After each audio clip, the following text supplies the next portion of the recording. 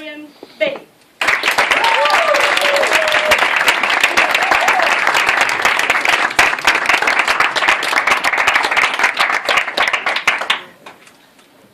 Meeting with the CEO next Friday. Please respond. Madam Contest Chair, ladies and gentlemen, this is the email that I received a week beforehand while working on a power station in faraway Scotland. An invitation for all the young graduate trainees of the company to meet with the CEO in London next week. On paper, it was an easy trip, flying out in the morning and flying back in the evening. However, there was one small problem. The flight costed £350, over 400 euros. So I had to wait until Monday to ask permission from HR to spend that much of company money. Monday arrived. I spoke with HR, with Molly, your lovely HR rep. Molly was a petite brunette with dark hairs and deep grey eyes. And I must confess, I had a crush on her. Oh, Florian, it's so nice of you to ask permission. Most of the other graduates wouldn't have done it. Here you can fly. And by the way, if you get delayed, because you'll be traveling from afar, here's my phone number as well. Yes! Permission to fly to London on British Airways. And I also had Molly's phone number too. Wow, what more could I hope for?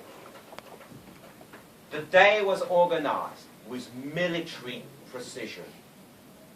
I had to take 3 different trains, 2 different flights from 2 different airports in London. Everything laid out with precision. All tickets booked and collected in advance. 7:15, leave home. 9:30, get on the flight to London Gatwick. 11 arrive. Being lunch at 12.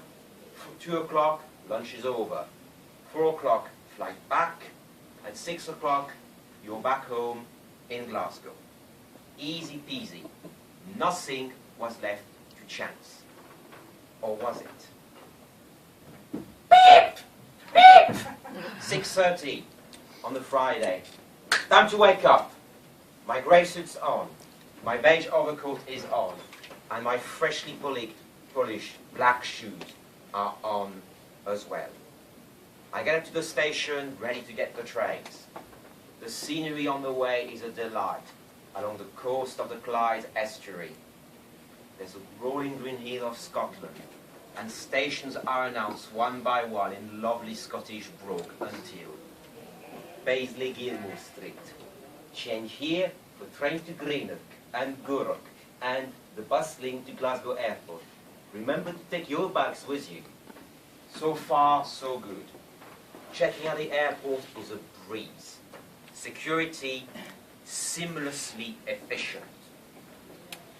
But this is where grains of sand starts to get into the machine. British Airways flight 2932 to London Gatwick will be delayed. Please wait for further announcement. 10 minutes. Then another 10 minutes, 20 minutes. And a panic text to Molly. I might be late, Molly. Very sorry. But 20 minutes after the scheduled time, we board on flight. And I'm welcomed aboard by a very friendly cabin manager, an older blonde lady that seems like she's very experienced in her job. Welcome aboard, Mr. Bay. Here's your seat at the front. I had chosen the best seat on the airplane in advance.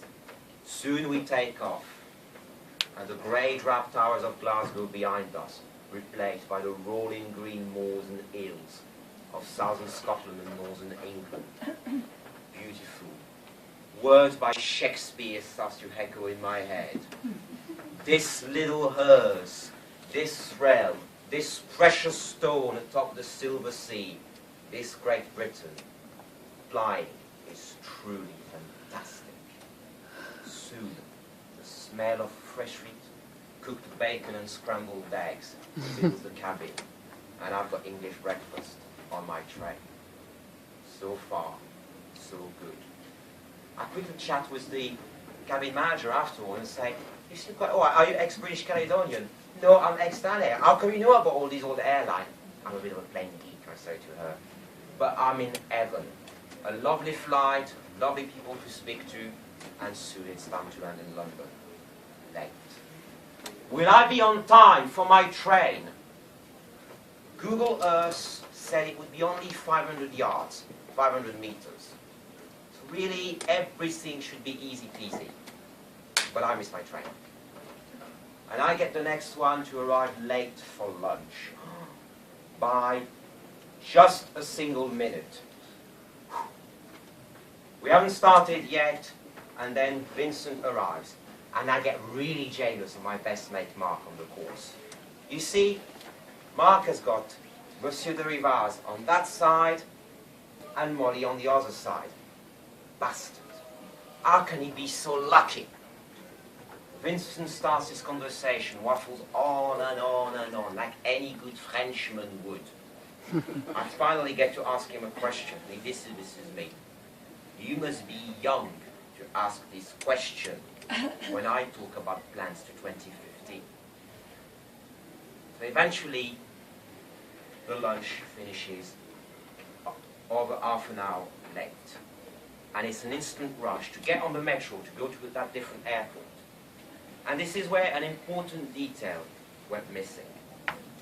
See, I didn't bother buying any tickets in advance.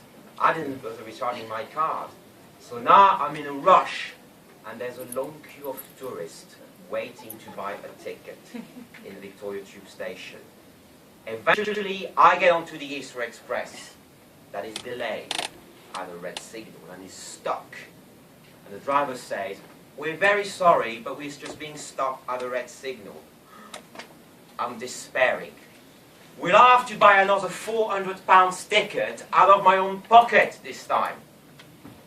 And I look at my boarding pass sitting in front of me, and I notice something I hadn't seen before. Business UK.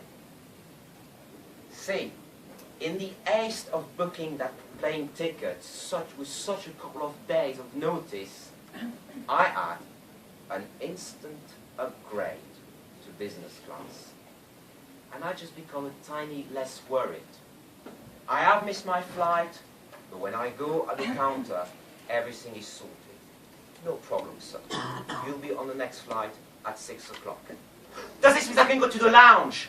Of course you can, sir. It's on the left, after security.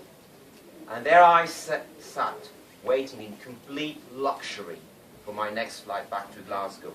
That also ended up being delayed, which is another story. So what's the morale of this story?